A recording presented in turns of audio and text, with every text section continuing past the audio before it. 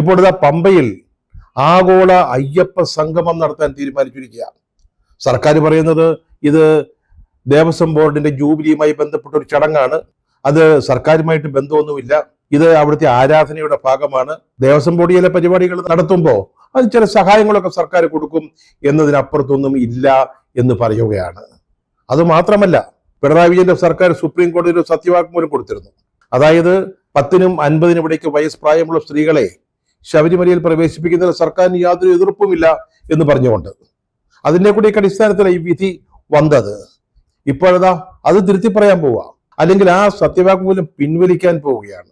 അത് മാത്രമല്ല, ശബരിമലയിലെ യുവതീ പ്രവേശനം എന്ന് പറയുന്നത് ഒരു കഴിഞ്ഞുപോയ അധ്യായമാണെന്നും ഇപ്പോൾ CPM അല്ലെങ്കിൽ CPMന്റെ നേതൃത്വത്തിലുള്ള ഗവൺമെന്റ് ശബരിമല വിശ്വാസികൾക്കൊപ്പമാണെന്നും CPMന്റെ സംസ്ഥാന സെക്രട്ടറി MV ഗോവിന്ദൻ മാക്സ് യാതൊരു ഉളുപ്പുമില്ലാതെ പ്രസ്താവിച്ചിരിക്കുക.